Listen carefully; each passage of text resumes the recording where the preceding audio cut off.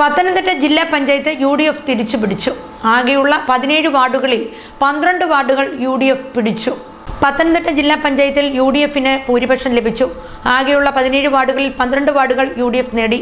LDFന് 5 വാർഡും ലഭിച്ചു. പുളിക്കീഴ്, കോയിപ്രം, മല്ലപ്പള്ളി, ആനിക്കാട്, അങ്ങാടി, റാന്നി, മലയാലപ്പുഴ, കോന്നി, പ്രമാടം, പള്ളിക്കൽ, ഇലന്തൂർ, കോഴഞ്ചേരി വാർഡുകൾ UDF നേടി. ചിറ്റാർ, കൊടുമൺ, കലഞ്ഞൂർ, ഏനാത്ത്, കുളനട വാർഡുകൾ LDFനാണ്.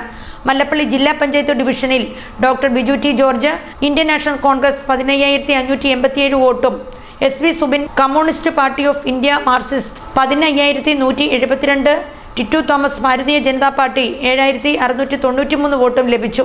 ഡോക്ടർ ബിജു ടി ജോർജിന് 415 വോട്ട് ഭൂരിപക്ഷവുമാണ് ലഭിച്ചത്.